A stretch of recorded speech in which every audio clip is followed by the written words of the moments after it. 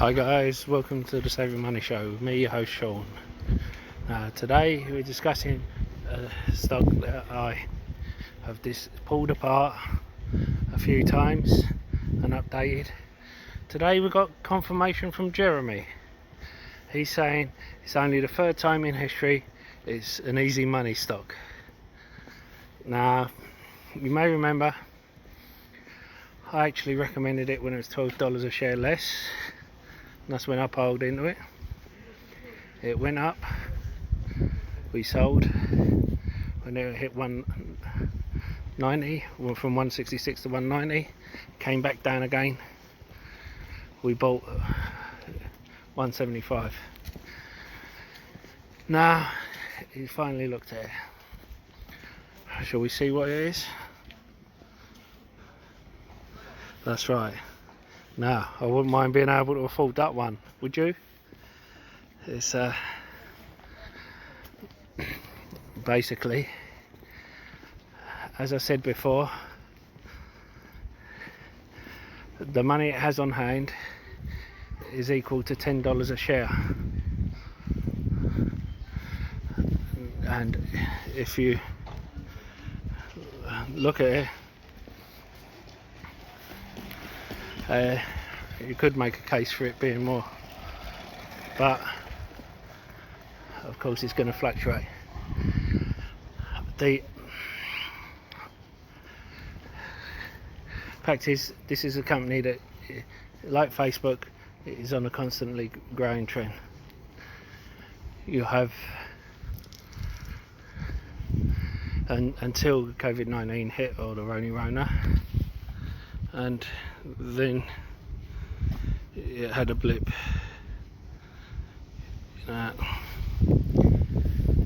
You look at all the companies it has on its books and you'll see why. The ones it 100% owns, the ones that it owns parts of as well. Spoke about the Apple, its stock, its biggest holding. What people don't seem to be speaking about is it sold all its Apple stock, which was a 20% stake in Apple before the crash, at $3.20 a share, and then bought back at $1.70 a share. It's $150 a share for 20% of the stake. Now, if we sold it now, he'd be making $200 a share. But of course, with the money Apple have on hand, he doesn't seem prudent to sell until he starts seeing a bit of a pullback. And all the while he's making billions in dividends from it. That's just one holding. Now, people are saying, yes, but he's old, his partner's old, when he goes it'll drop like a stone. The reason I don't think so is he's already put in place provisions for when he leaves. Now, where I disagree with Jeremy from Financial Education, who has marked this as only his third stock that's easy money. The first one was Apple at $100 a share, second one was Facebook, and even Tesla he hasn't marked as easy money. This is the third one. Now, Jeremy has said he's still making deals with on Dominion Energy. The Dominion Energy deal was actually done by the head of his energy department, who is actually the front runner to take over when Warren and Charlie leave the company and pass. And it was a great deal for the company. They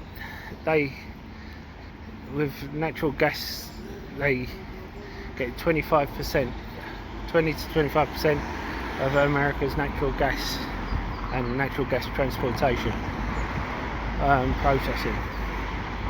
Now they will see a resurgence in natural gas with companies like Hyllion and such.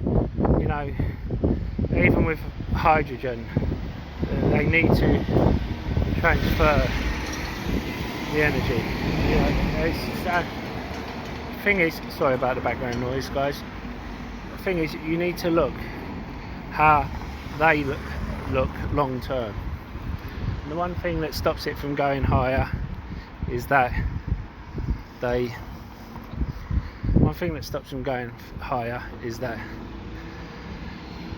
they do not go into tech stocks. Why? Because tech stocks are not what they call value stocks. They're always highly priced. Amazon, when it was what we consider low price now, was considered too high for any of us to go into. You know, that's why we never piled in at that price. Even Tesla, why didn't we pile in at $14 a share? Because it wasn't good value at the time. It looks it now, but at the time when we valued the company, it didn't look it. Now,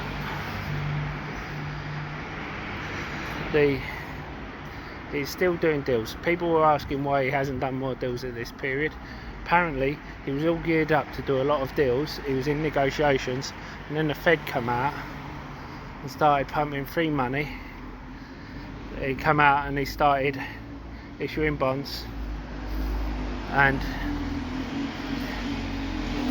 there was no need for his money. Heard a theory from someone that with the aeroplane stocks and the banking stocks he released, whether true or not, that the reason he sold was he was hoping to take over one or two of them, and then when the Fed came in with their bailout program,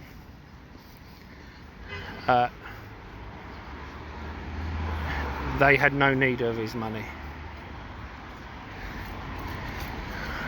That's unsubstantiated, of course, and he just dumped their shares on the market because they were no longer value, they were a long-term play, and the money could be put elsewhere or into the war chest, and it can be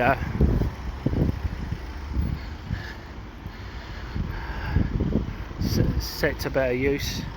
And he was hoping that the prices would dump even further and he could pick them up cheap, you know, make on that deal. But at the same time, he was also worried that they might go bankrupt.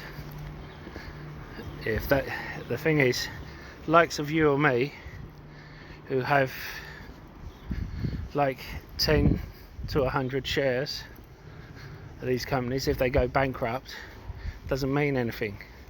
But if someone like Warren Buffett, if it goes bankrupt, means a lot. Look what happened when he made a loss on those shares, despite the fact they still made a profit on other shares, other companies. They were calling into question whether his time was over. No. The best investor of our generation, you know. They don't do that to that Michael from Big Short, do they? Still calling him a genius. Have you seen his portfolio? It doesn't look like a genius's portfolio to me. But he may see something that I don't. So I don't dare to judge. Nah. As I said before, it is at fair value when it's at 177. The actual money he has in his war chest gives it an extra $10 a share.